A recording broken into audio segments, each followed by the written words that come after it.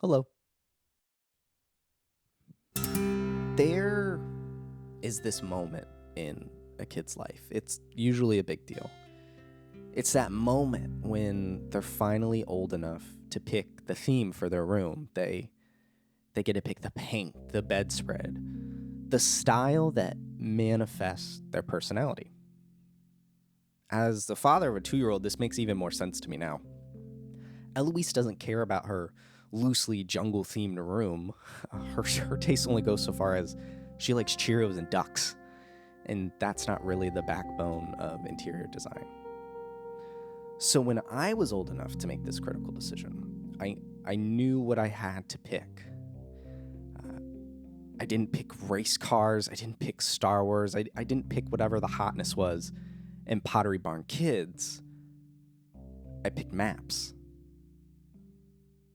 Like an atlas of Earth. I had this huge map of the world above my bed. I had this Earth spot rug. I think even my bedspread was mapified in some way. I'm not sure when this love of maps took hold, but it has never left me. I used to look at maps of the United States, the Lewis and Clark expedition, and the world inside my books. I daydreamed about hollowing out a tree and living in the forest like Sam in my side of the mountain. Heck, my favorite part of getting my drone pilot's license was learning to read the charts. Maps light up something inside my brain. If I see one, I have to look at it. I can't get enough of them. And as it turns out, maps in video games often go hand in hand. I am such a sucker for a good video game map. There's this promise of possibility, exploration, and adventure. Bound only by the imagination and capabilities of their developers, video game maps can be the best maps. They bend and break the laws of physics. They can offer unique views of the world. They can be reshuffled in infinite ways. They can be set in a mysterious past or imagine a dope future. They can depict the underground world of bugs or desolate space stations or creepy castles. They can be diegetic or unrealistic. It can be a window to the most satisfying checklist ever designed. It could also be just so visually pleasing. I mean, look at me. I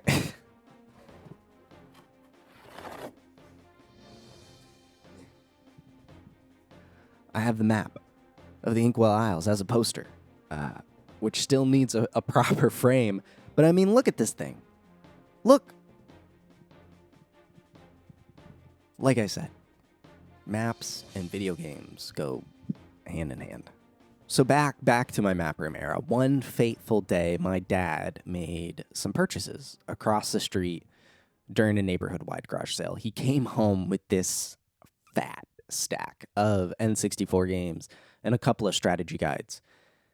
And the game that I started with was Star Fox 64 was great. The action, the thrills, the rush of dogfighting as a fox, which is kind of like a dog. The cast is lovable and iconic. The gameplay is pure. It's fun, clean, lean, and crisp. I would replay it over and over and over.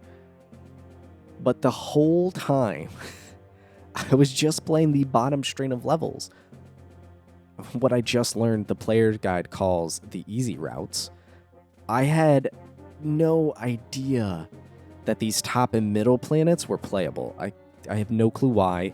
They are clearly levels. I mean, look at how they stand out. I digress. This was a time before I had access to the internet. I didn't learn about over half of the game until my college-age neighbor, or was he in high school? Older people seemed so much older to me then. When he told me that the upper levels were even a thing. And all I had to do to start this new quest was fly through the rings on Corneria and save Falco. My mind was blown. I raced home and immediately tried to reach those planets. Before I knew it, my squadron was flying through a waterfall and the Lilat system doubled in size. The map grew. I was boldly going where I had never gone before. I think this moment was where the bridge from map to game was born. And thanks to those garage sale pickups, I didn't have to wait long to be immersed and mesmerized by the biggest world I had ever seen up to that point in my life. One teeming with life, a cool summer breeze, and hundreds of bananas. I just don't see how a developer that makes such wonderful games could be bad. Look at this place. Isn't it neat? Wouldn't you think my collectathon's complete? Wouldn't you think I'm the gorilla who has everything? Look at this trove, treasures untold. How many wonders can one cavern hold? Looking around here you think, sure, he's got everything. I've got coconuts and peanuts aplenty. I've got oranges and grapes galore. You want banana fairies? There are 20. But who cares? No big deal. I want more. I want to be where the monkeys are. I want to see 'em rapping, swinging around on those, what do you call them? Oh, vines. Flipping your D-pad won't get you too far. Control sticks are required for jumping and dancing, strolling along down a, what's that word again? Beach. Where they walk, up where they roll, up where they stay all day in the sun, wandering free. Wish I could be part of that world. Now look at this player's guide, which my dad also picked up that fateful day. Its pages are packed with map after map after map. Now, that may be more indicative of a padded backtracking design than anything, but for a map fiend like myself, this was a sacred text. I had almost zero ability to retain the sheer scope of the worlds hidden inside that Donkey Kong-shaped mountain, let alone find all of the bananas and remember which con was needed for which area. This book showed me the way. I mean, just look at this pirate ship, hidden treasure-looking map found in the early pages. How could this not entice me to explore? I was thinking about this innate allure that reminded me of a quote from British psychoanalyst Adam Phillips. I don't think I've ever intentionally sought out the words of a psychoanalyst, but I was intentionally reading issue 184 of Ridgeline, which is a newsletter by a walker, talker, and photographer, Craig Maude. This one was titled Continuous Uninterrupted Solo Walks. Craig read a collection of interviews with Adam Phillips from Paris Review, and this quote inspired Craig to write that particular letter. And the cycle sort of continues with it being one of the quotes that became a cornerstone for this essay. And like Craig said, it's a bit long, but stick with it. As young children, we listen to adults talking before we understand what they're saying. An exhilarating moment. And it's it's a very, very powerful thing, that. And that's, after all, where we start. We start in a position of not getting it. And it's true of listening to music, too. I mean, the emotional impact of music is so incommensurate with what people can say about it. And that seems to be very illustrative of something fundamental. That very, very powerful emotional effects often can't be articulated. But you know something's happened to you, but you don't know what it is. But you'll find yourself going back to certain poems again and again. After all, they're only sort of 50 words on a page. But you go back because something that really matters to you is evoked in you by the words. And if somebody said to you, well, what is it? Or what does your favourite poem mean? You may well be able to answer it if you've been educated in a certain way. But I think you'll feel the gap, probably, between what you are able to say and why you go on reading it. And I know I just shared a long quote, but I don't think I would have grabbed onto this Phillips quote if I hadn't also read this little coffee letter that I get with every bag from Yes Please. The co-founder, Tony Tonks Kownicki, writes a letter with every bag, and this one was called Deep. I wanted to pull out 2 paragraphs from the letter for you that I think pair so well with Phillips' quote. You'll get one paragraph now and the other one later. Coffee is deep. I'm well over 2 decades as a professional coffee nerd, and I feel like I'm barely scratching the surface of the knowledge I should have. Botany, chemistry, physics, history, economics, anthropology, political science. No end of lenses to see the subject through. Fortunately, I am blessed with enough curiosity and cursed with a fractured enough attention span that I will forever dig deeper. There was and is this compulsion inside my mind. Pages and pages are filled with maps and words trying to capture the immensity of islands shaped like monkeys hidden inside banana yellow cartridges' chunky megabytes. It didn't matter how confused or frustrated I may have become looking for the right collectible out of the 201 golden bananas, 3,500 colored bananas, 40 banana medals, 20 banana fairies, 40 blueprints, 8 boss keys, 10 battle crowns, 1 Nintendo coin, and 1 rare coin. I think even that list from Guinness World Records site is incomplete. Something happened to me when I sat crisscrossed applesauce in front of that tiny CRT in my basement and warped into the tropical paradise of Donkey Kong 64. I had to explore that gap and dig deeper. Eventually, though, that compulsion, that innate drive, puttered out for Donkey Kong 64. Perhaps my kid brain felt it had seen all that DK Island had to offer. It hadn't. Perhaps the frustration got the better of me. It probably did. Maybe my ADHD-riddled brain found a new game to play. Definitely. But the bridge between maps and games was solidified. There was no going back.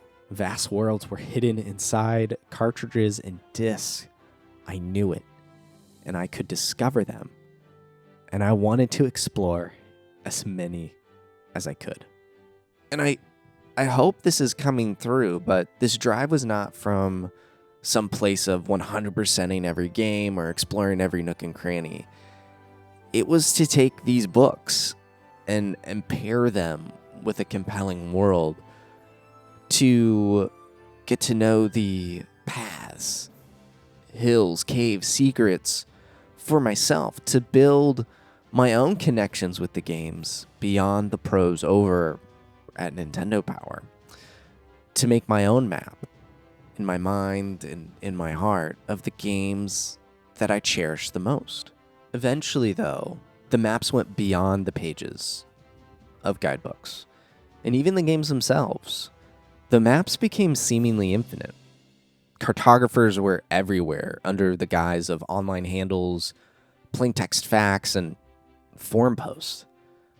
And with this flood of information came a whirlpool of myth and mystery, like playground rumors amplified by 1,000.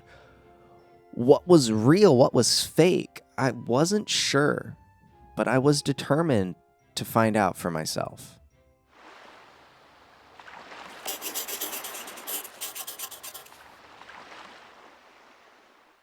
I don't quite remember when I got the internet. I mean, I always understood that computers were neat things at the library. God bless those Bondi Blue iMacs. They'd let me play computer games like Backyard Baseball and Captain Crunch's Crunchling Adventure. I distinctly remember my pal Philip showing me game facts for the first time, and my world being rocked by the sheer amount of cheat codes. Beyond looking up cheats, I wasn't in deep with online guides. I preferred the physical books with their pretty pictures and maps over the lost art of ASCII maps and plain text. The internet sort of became my lifeline to the world of gaming and my friends when I moved to the tiny island of St. John at 12 years old.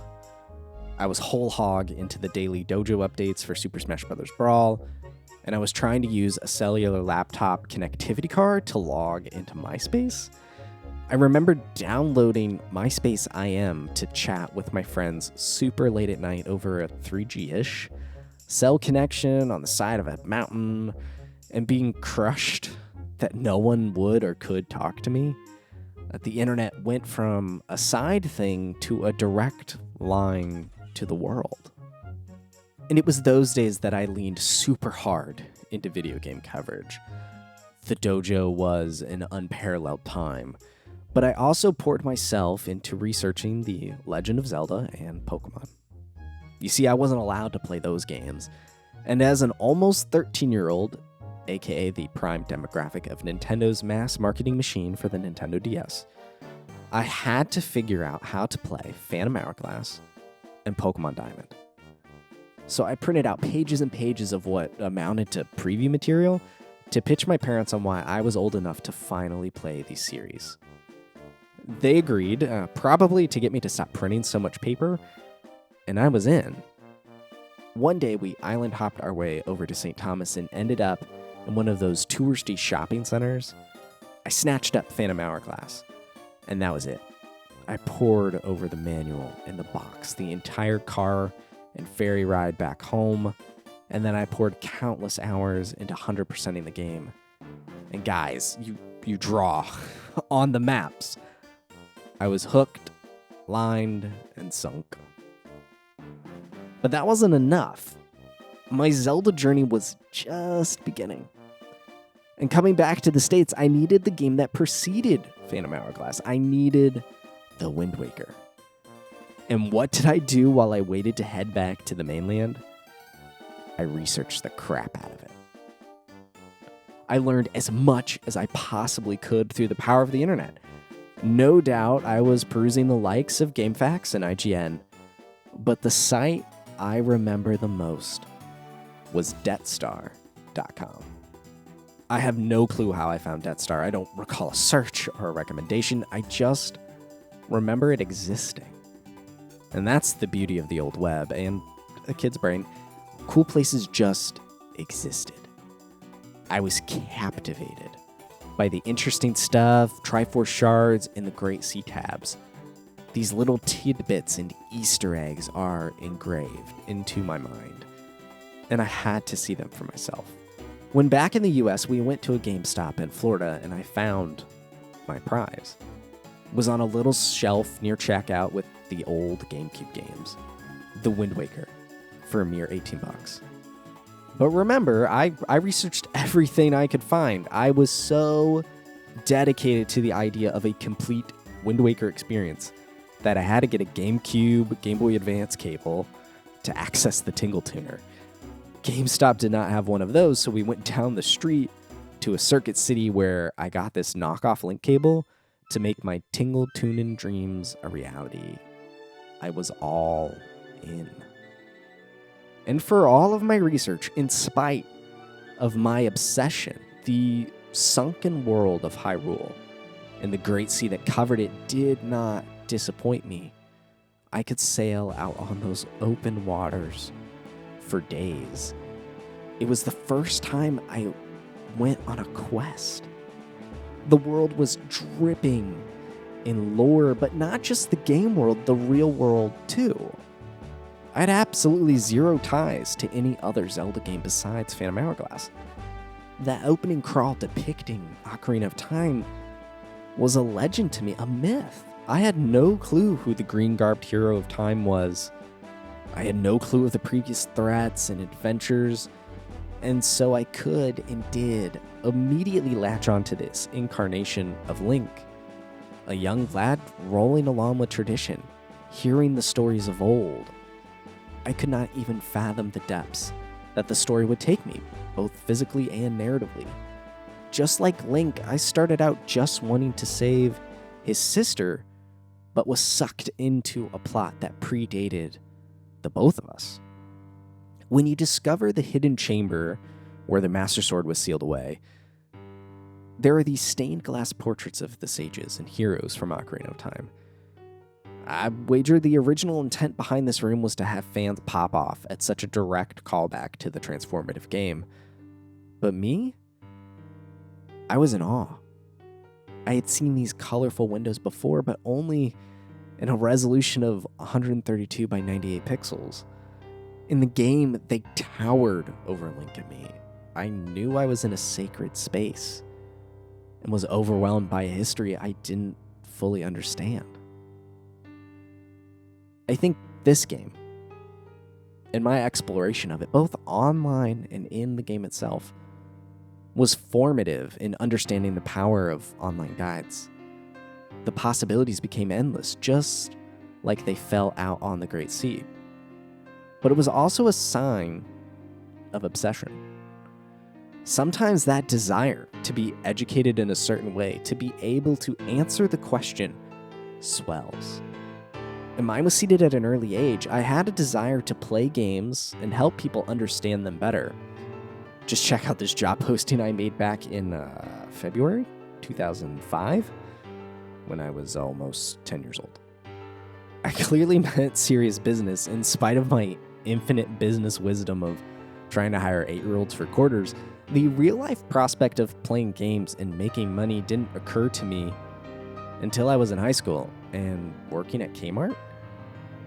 By killing time organizing backroom shelves, I'd listen to podcasts, and it dawned on me that this hobby that I love so much could become a job. And in that backroom of Kmart, surrounded by towels and chintzy bathroom decor, I made a solemn vow right then and there that I would not rest. I would not sleep for an instant until I was writing for IGN. But first, I decided to put a Wind Waker themed Wii U on layaway.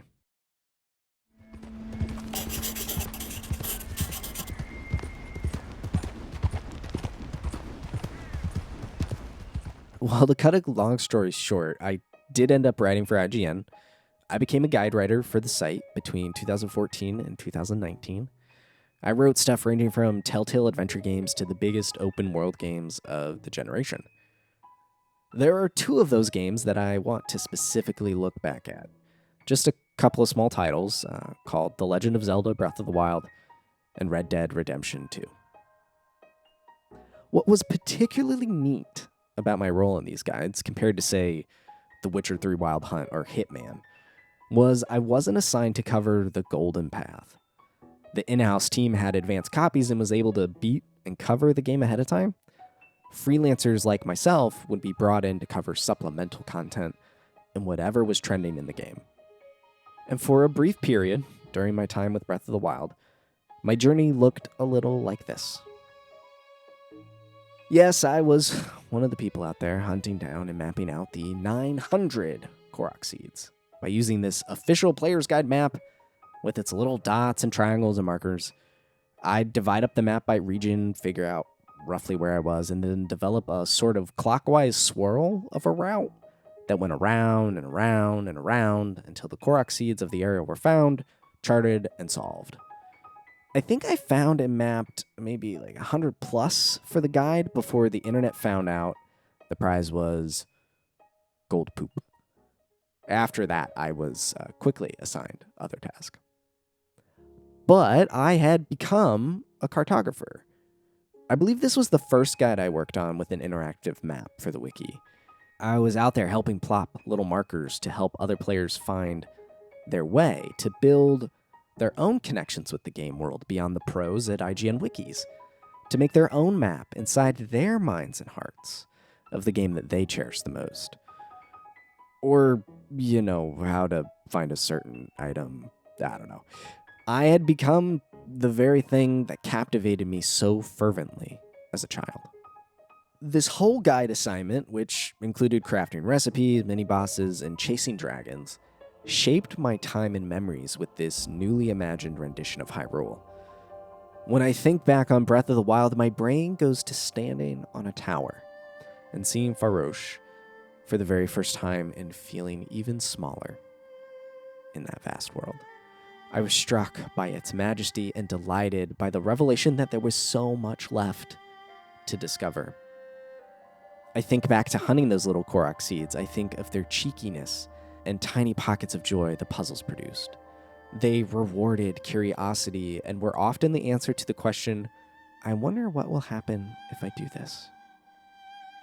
I recall the experimentation of throwing ingredients in a pot, the inescapable notion of just one more shrine, the thrill of a perfect parry against a guardian or a Lionel. I was cultivating and curating curiosity, both for myself and for others, by exploring and helping people make the most of their time with Breath of the Wild. But being a so-called map maker, charting the uncharted for millions and millions of players was, if I may force a saying here, a little like gaining the knowledge of fire. I could have fire and I could have fun, but with that came the knowledge of everything. Here is a map of New Hanover and the surrounding states from Red Dead Redemption 2. Man, what a game, right? A transportational game. You were sent back to 1899 when the West had nearly been tamed, when the age of the gunslinger and outlaws had almost passed into myth. I got the call to saddle up for the guide posse 4 days before release. And with such a momentous release, I decided to try a new system for tracking my gameplay: journaling. The idea of this notebook is to be a physical tool for guide writing, beginning with Red Dead Redemption 2, time codes, goals, notes, ideas, etc. Let's see how this goes. Me, dated October 25th, 2018. I did use the opening pages of this notebook for guide writing and review notes. It started very technical and proper. 181026 underscore RDR2 underscore 1. Entry details. 2 hours and 17 minutes, 12 gigabytes. Or entry number 2. Horse poop during cutscene. That formality quickly faded, and these Red Dead entries became a journal of my time through the story of Arthur Morgan. Entry number 19, dated November 1st, 2018. After the Smash Direct news rush, I feel drained. Makes me worry about bigger event reporting. I am out of practice, though. As for Red Dead, heading back to see what trouble I can stir up, Abby has a hair appointment, so it should have more time to play today. Entry number 20, dated November 2nd, 2018. Last night, I was assigned to beef up the weapons pages to include which is the best, and then make dedicated pages. It's all SEO driven. IGN even tweeted about it, not mentioning it, but still it is my work. This morning I also wrote a new Deltarune news story, easing into the DualShockers flow. We shall see. For now, more Red Dead. Entry number 27, dated November 4th, 2018. I was emotional when the Pinkertons charged us in the swamp. I was filled with the same frustration, anger, and desperation that Arthur had. Arthur is sick? Tuberculosis. Apparently a bacterial infection. Sounds an awful lot like a certain game mechanic system feature in the game itself, does it not?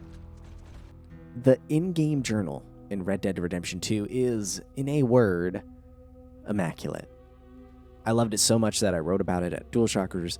The way that Rockstar interweaves your moment-to-moment gameplay in with the larger narrative beats, all from the perspective of everyone's favorite cowboy, is profound. Like I wrote 6 years ago, the journal became my version of Arthur's final days, giving my playtime a personal, lively touch that I had never experienced in a game before or since.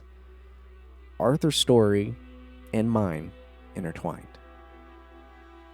I experienced a rare freedom in the guide world to play the narrative at my pace. It's one I'll savor forever and redeems the work that began to creep into the journals I was keeping. Because when I think back to the magnum opus that is Red Dead Redemption 2, my first thought isn't about Arthur's story or how I chose to spend his final days. I think about this spot, and this spot, and of course this spot. In early November, I was given the assignment of hunting all of the animals. Perfect pelts pages and legendary animals galore. pad out the guide with SEOable pages, and then fill them in. It's important to point out that I was in an unhealthy relationship with my work.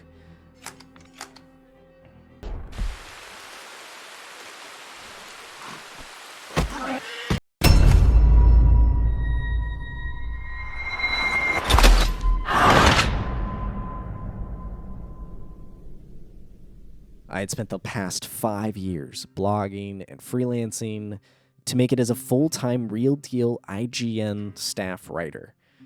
And by the end of 2018, I was feeling defeated. I slaved away on guides. I'd work obsessive hours to appease a potential employer. But I felt like I was stuck in the mud, being unable to afford life out west, and seemingly not slipping out from underneath the weight of guides. That's why it shouldn't surprise you that I took my PS4 with me on a Thanksgiving vacation back north to Indiana so I could hunt down those suckers and not delay my work even further than I was already going to have to. I weaseled my PS4's way into the hotel TV and played and wrote when I could. I was with my wife and family to visit more family we hadn't seen in years. I didn't skip those events to be a cowboy. I had no agency there, but I was thinking about those perfect pelts pages. And I did this all on my own. IGN never dictated that I had to work over vacation, not once. I did this of my own volition, my own scared and desperate volition to make something happen that was never going to happen. And because of this obsessive behavior inside my brain is this strange dichotomy with Red Dead 2. On one side, I feel for this epic, haunting tale of a dying man and a way of life for people trying to desperately hold on or run away from, both succumbing to the consequence of choice in the march of time. And on the other side, hunting down a white moose inside a hotel room in Indianapolis during my Thanksgiving vacation because I was too scared to take time off from the demands of wiki work. Now, I think I owe you that second paragraph from Tonks. I'm often introduced as a coffee expert, which, beyond my already high baseline of imposter syndrome, is a title I'm not willing to claim. At best, I know a little about a lot. I have my own hard-won approaches to some of the creative and culinary challenges around making coffee better. I've earned some unique perspectives. I found some amazing allies, but I'm still learning. In a strange way, I am reminded of Trevor Rainbolt, who I just found out about from a New York Times profile. I've known about GeoGuessrs for a bit. I think I became aware of this mad skill when Shia LaBeouf's "He Will Not Divide Us" flag was found from a camera feed looking only up at the sky. Since then, it's just been an internet skill that I was aware of, and of course, there's someone out there that is the best. This profile from the New York Times, in part, focuses on how Trevor sold all of his possessions and began to explore the world he had memorized from Google Maps. One excerpt was about how he journeyed to his favorite road, which happened to be in Laos. The sight of this place in the flesh moved Trevor to tears. I tried so hard to be the video game expert, to be a genuine video game reporter and commentator, a real one, not some lowly blogger. Blogging was just a means to an end at that time. But I spent all my time alone. I didn't savor the games. I didn't fully experience what the industry had to offer. I spent my time working on guides while trying to figure out the path to my end goal.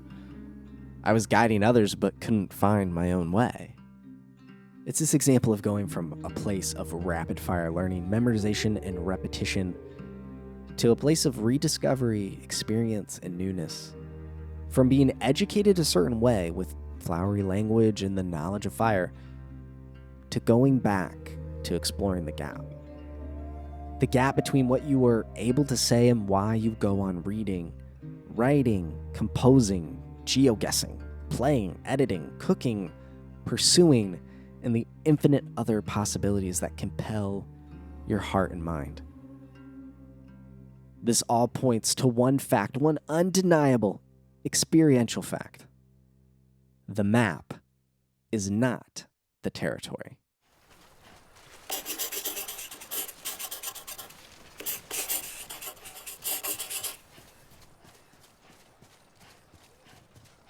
My relationship with Death Stranding started out as one of circumstance. You see, in October of 2019, my PS4 Pro bit the dust, leaving me Sony ponyless right before Sheriff Hideo Kojima and Deputy Neil Druckmann rolled into town with their shiny new games. So I decided to buy the Death Stranding PS4 Pro bundle alongside the collector's edition because I have a sickness. I must have looked like an absolute mad lad walking out of Best Buy that swampy Thursday evening. Heck, I probably looked like Sam Porter Bridges himself lugging around those monstrous boxes and buckling them up in my car. Unfortunately, it didn't take me long to check out of the game. Was I really supposed to walk around this much? Should I just tape down the triggers? What the heck is this story? But I had this stupid high monetary investment in the game and my identity with Norman Reedus and BB. My apartment was decorated with Death Stranding decor. I couldn't not walk around and be reminded of this weird hiking mailman video game.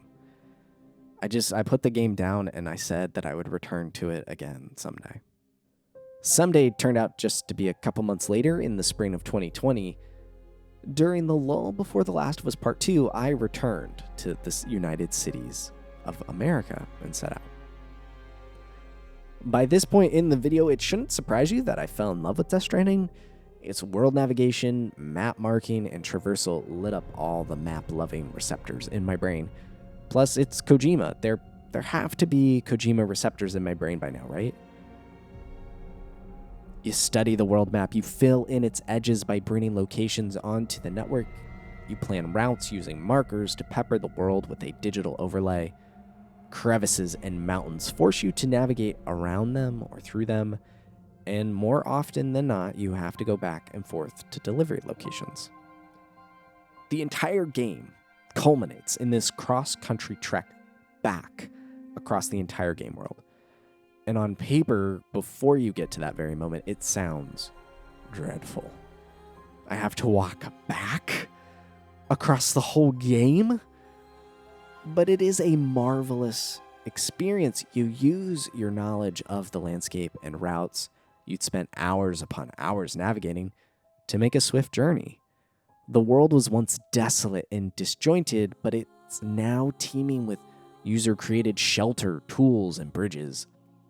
You, along with all the other porters, reconnected America.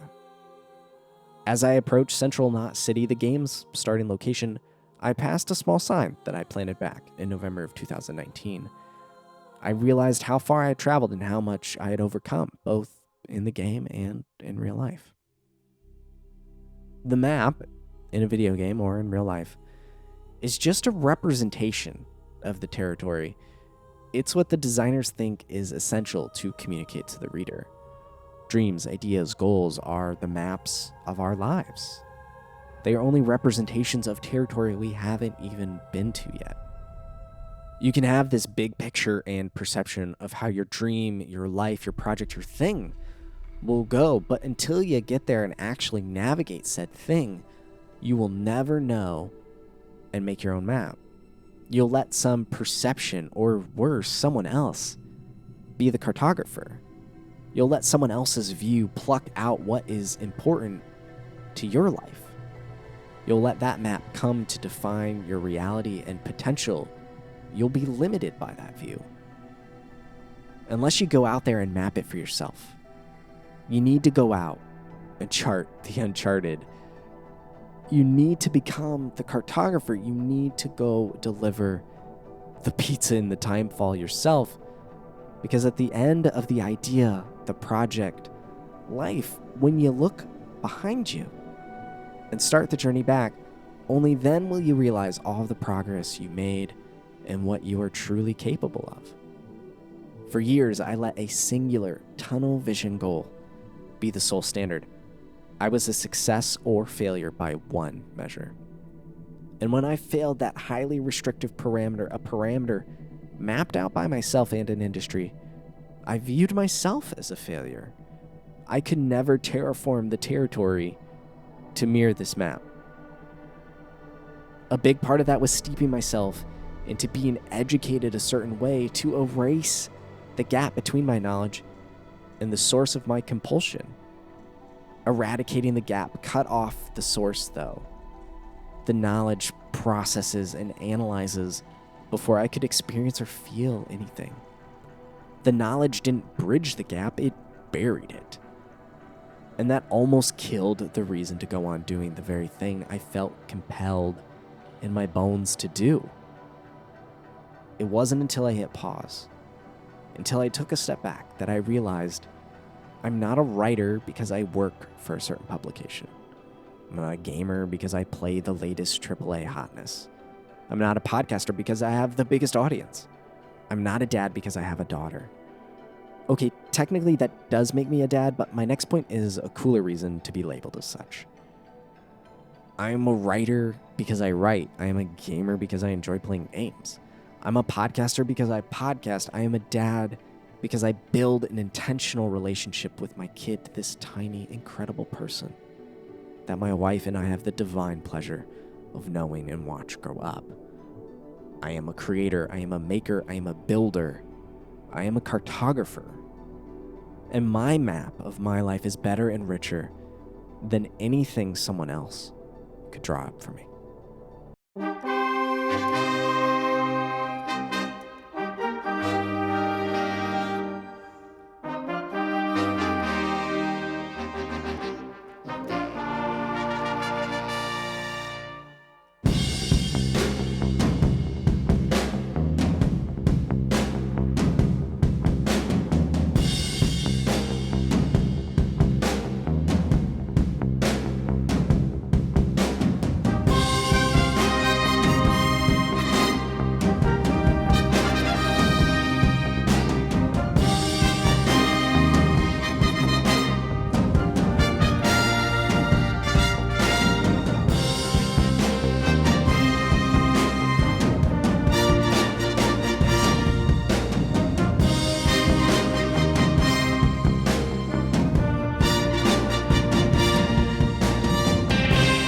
Hello. I wish that I could keep playing American Venom for you, but that would just add too much time here at the end and probably be against some form of rules. Just wanted to pop in at the end of it all, the true end of it all, to say thank you for watching. I wanted to say a thank you to my wife, Abigail, who has been supporting me for the last, 3-4 weeks, and basically our entire relationship for the past decade or more. So thank you very much, sweetheart. I also wanted to say thank you to Brian Hankin, Fuzz Duff, Post Mesmeric, and Was a What. Those four have been encouraging the last 3-4 weeks as I've got head down into this project. And so I just wanted to specifically say thank you to all of them. And then lastly, I have a Ko-fi account. So if you really liked this video and wanted to throw a couple of bucks my way, you could do so at the URL down below. But thank you all so much for making it this far into the video. This is truly the end. So thank you all so much and have a wonderful rest of your day.